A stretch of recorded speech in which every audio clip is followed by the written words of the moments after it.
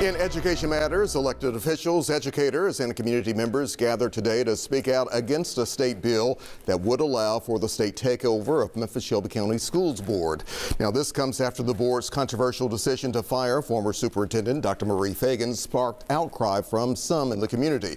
Board members who opposed Dr. Fagan's termination were at today's press conference, and they say they stand strong in their opinion that the bill strips local communities of control over their public schools.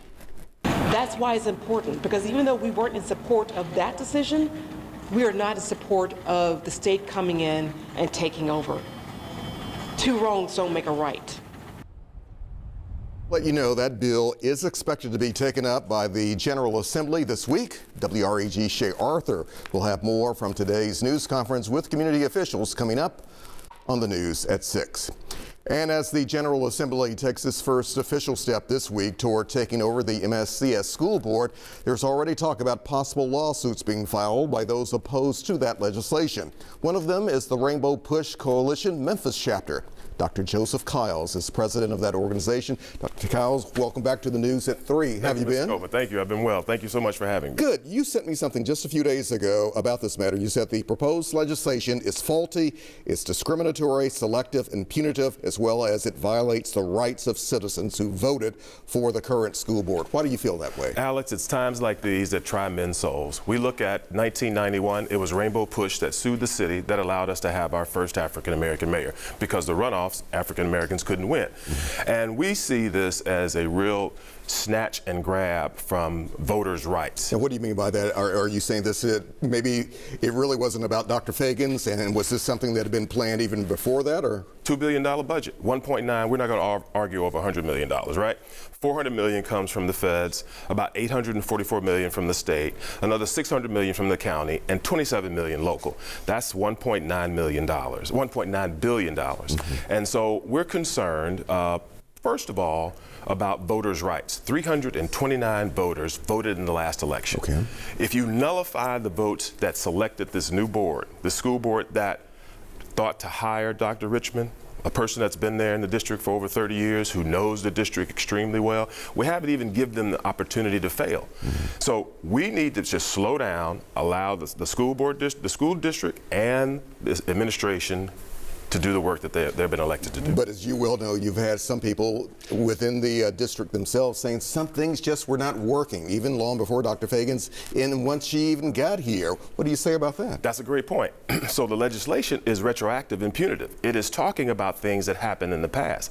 This is a new elected school board. You have some old members that are still there, some seniority there and the wisdom, but Dr. Richmond is just in the job just a few months now, if it's been maybe 2 months. We haven't given him an opportunity to see what his administration will look like, and I think it is a rush to judgment. We're hearing that Representative Mark White's bill, he said it many times here on WREG at 3, that the bill would be kind of mirrored after a Houston, Texas school district down there, that the new board members would be appointed locally by educators here in the city. Does that not work for you?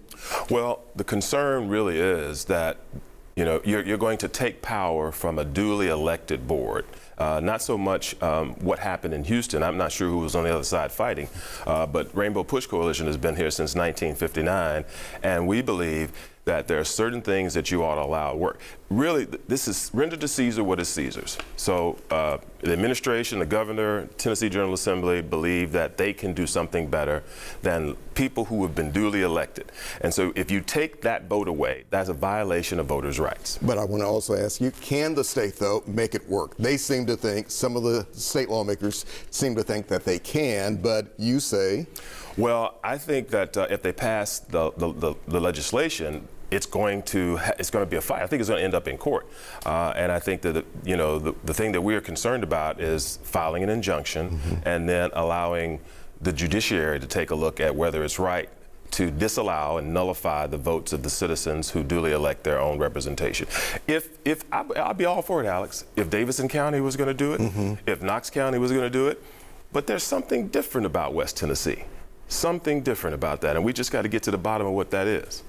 It seems like you're ready for a fight here. Yes, sir. I do want to ask you while I have you here. A couple of weeks ago, we had a chance to talk, and a lot of folks went online. They saw this calling for kind of a protest or a boycott, if you will, of some of the major retailers across the country.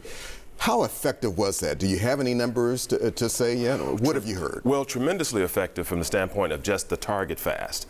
And we know that there was, in terms of their stock prices, there were several $billion down. And our goal is not to injure anyone, because we know that there are families and corporations, there are individuals that work for these corporations. But what we're trying to do is develop muscle memory in cultures and communities to shop with their own first and turn over that dollar. And I think that that's what our goal is, and that's what we're working towards. So what comes next with this? I think you'll see an extended phase, and we will start to do more targeted areas, not a boycott, just a support of other businesses, and to see that money generate in those incomes and in those cultures and those communities. So this wasn't just about the African American community being involved. This is people, brown folks, Absolutely. Poor people, white, black, or whatever. No, I think that what we're trying to do is look at communities, and wherever cultures, wherever corporations are not reinvesting their dollars in those communities, you need to send them a message. And it's not just African American, it's all across the country. And people need to understand the power of their dollar and make sure that their dollar turns over more in the communities that are representative of them. Dr. Joseph Kiles, always good to see you. Definitely need to have you back here. Thank you, at Mr. 3 Coleman. I o'clock. appreciate you. My pleasure. We're going to